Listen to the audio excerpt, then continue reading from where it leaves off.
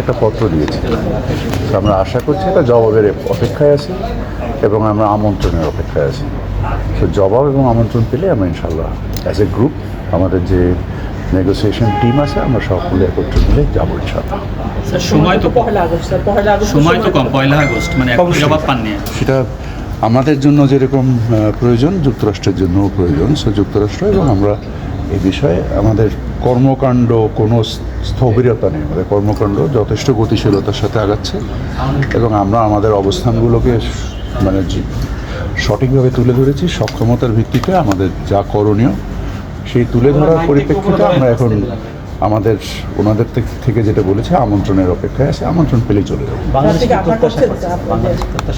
আমি তো বারবার বলছি যে আমরা প্রত্যাশা করছি মানে ভালো কোনো কিছু, সেই ভালো কোনো কিছু করার ক্ষেত্রে যা করণীয় সেগুলোই আমরা করছি। আগে মিটিংয়ে কোনো সিগন্যাল পেয়েছিলেন কিনা, ওরা যে কন্ডিশনগুলো দিয়েছিল ওনারা আমাদের কাছে মনে হয়েছে যে আমাদের জন্য ভালো কিছু হয়তো ইনশাল্লাহ ব্যবসায়ীদের পক্ষে যে লবিস্ট নিয়োগ করার একটা বিষয়, এটা কি আসলে ব্যবসায়ীদের এখতিয়ার। সরকারি পক্ষ থেকে কি এটা না, সরকার কোনো লবিস্ট করেন, সরকার নিজস্বভাবে। কারণ এই জিনিসটা আপনাদেরকে একটা জিনিস বুঝতে হবে যে যুক্তরাষ্ট্র তাদের ন্যাশনাল ইমার্জেন্সি মানে ইনভোক করেছে বা ন্যাশনাল ইমার্জেন্সির বিনিময়ে কাজটা করছে।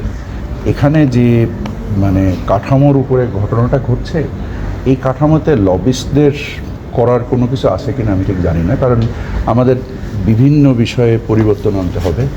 এই পরিবর্তনগুলো বাংলাদেশ ছাড়া অন্য কেউ বুঝতে পারবে না।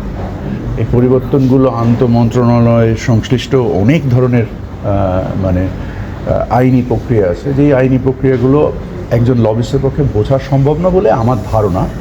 এবং আমরা আন্তঃমন্ত্রণালয় সরকারের প্রায় সকল মন্ত্রণালয় একসাথে কাজ করেছে, গত 15 দিন দিন রাত কাজ হয়েছে হয়ে আমরা আমাদের অবস্থান তুলে ধরেছি। আশা করছি ওনাদের আমন্ত্রণ পেলে আমরা চলে। একটা বিষয় স্যার, সামাজিক যোগাযোগ মাধ্যম বা বিভিন্ন জায়গায় ছড়াচ্ছে যে বাংলাদেশের স্বার্থ ক্ষুণ্ণ করে এই ধরনের একটা চুক্তি বা আমেরিকাকে সুবিধা দেওয়ার একটা সুযোগ তৈরি করে দেওয়া হয়েছে, এই বিষয়ে স্যার আপনার বক্তব্য?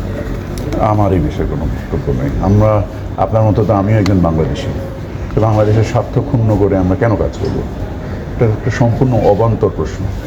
আমরা যা প্রচেষ্টা করছি তাহলে তার আন্তঃমন্ত্রণালয় মিটিংয়ের দরকার হয় না, তাহলে তো মানে কোনো একটা নির্দিষ্ট কিছু মেনে নিয়ে কাজটা করে ফেললে হয়ে যায়। সো আমরা তো স্বার্থপূর্ণ করার প্রশ্ন আসলে পরিশ্রমের দরকার কেন?